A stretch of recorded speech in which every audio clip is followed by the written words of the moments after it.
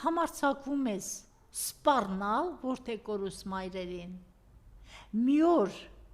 այդ մայրերը այլևս ոչ մի բանի առաջ կանգ չեն առնի, քո այդ մազերը մեկ քո այդ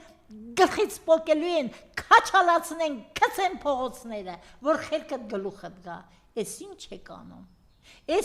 եք անում, դու միայն կարող ես գաղտնի գնալ, ասենք Մինգեչաուր հետ գալ, պայմանավորվել Մեհրիբանի հետ, չգիտեմ գուցե եւ Ալիևի հետ, ինչ իմանամ, միևնույն է դու այնպիսի կատու ես, որի